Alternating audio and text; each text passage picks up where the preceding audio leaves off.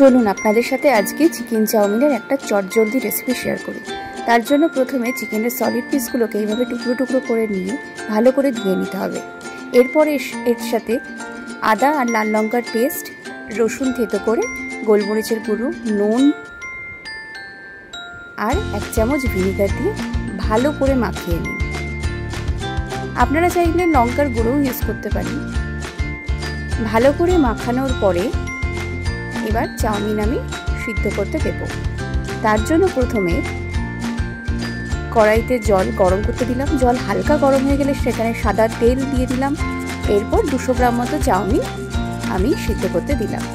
Chowmein সিদ্ধ হয়ে গেলে কড়াই গরম করে তাতে সাদা তেল দিয়ে মেখে রাখা চিকেন পিসগুলোকে ভাজতে দিলাম।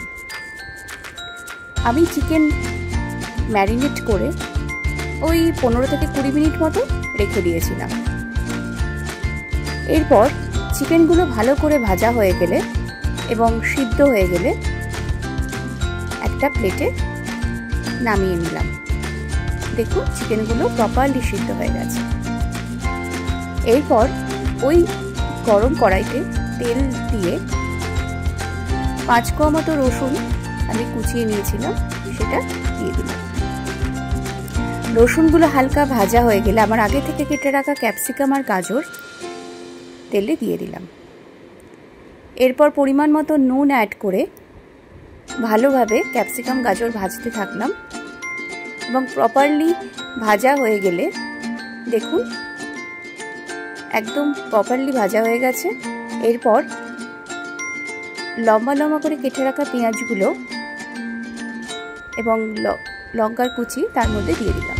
সব জিনিসগুলো ভালো করে ভাজতে থাকলাম এবং প্রপারলি ভাজা হয়ে গেলে আগে থেকে ভেজে তুলে রাখা চিকেনের পিসগুলো ওর সাথে অ্যাড করে দিলাম। এরপর একটু নাড়িয়ে তারপর এতে tomato sauce, green chilli sauce এবং সয়া সস অ্যাড করে দিলাম। অ্যাড করার পর ভালো করে মিশিয়ে নিতে হবে চিকেন এবং সবজিগুলোর সাথে। ভালো করে মিশিয়ে নেওয়ার পর আমার আগে থেকে বয়েল করে রাখা চাউমিন আমি কড়াইতে দিয়ে দিলাম। এবার খুব সুন্দর করে সমস্ত সবজির সাথে চাউমিনটাকে মিক্স করে ভেজে নিলাম এবং আমার চিকেন চাউমিন একদমভাবে রেডি। আমি খুব ঘরোয়াভাবে এবং খুব সহজভাবে চিকেন চাউমিন করেছি। খেতে কিন্তু দারুণ হয়েছিল। আপনারা একবার ট্রাই করতে পারেন।